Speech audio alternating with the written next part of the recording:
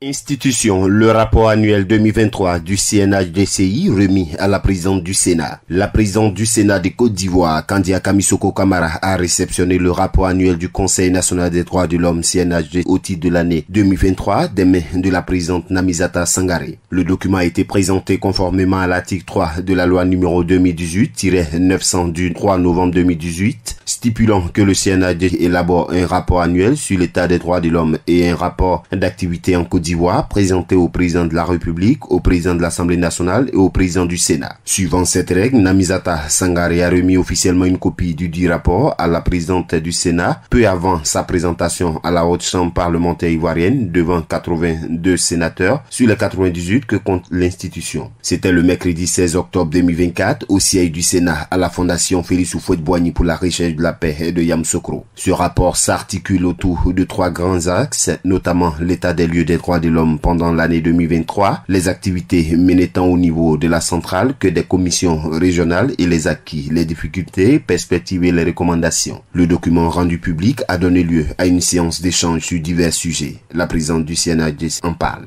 Le rapport analyse de nombreux cas d'atteinte au droit à la vie. Le CNDH interpelle sur l'ampleur de ces atteintes de plus en plus inquiétantes au regard de la proximité des victimes, l'âge relativement jeune de leurs auteurs et leur état de santé mentale.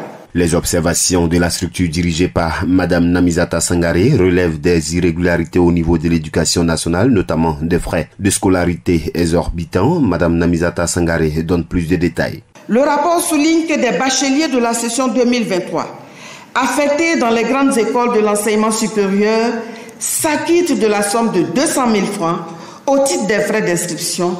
Or, le gouvernement a fixé les 10 frais à 85 000 francs pour tous les affectés de l'État dans les grandes écoles.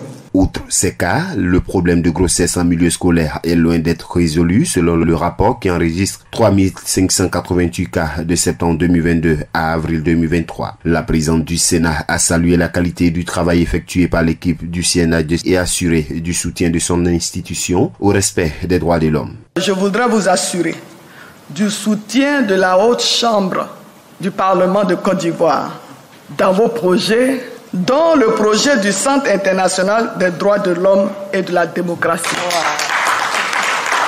Nous pensons que c'est un projet qui est très important et qui pourrait non seulement renforcer les droits de l'homme en Côte d'Ivoire, mais la démocratie, le bien-être, qui pourrait contribuer ainsi à la préservation de la paix, de la sécurité et de la stabilité. Notons que le CNHD veille au respect des droits de l'homme dans le pays et également au respect des engagements internationaux de la Côte d'Ivoire relatifs à la ratification des instruments liés aux droits de l'homme.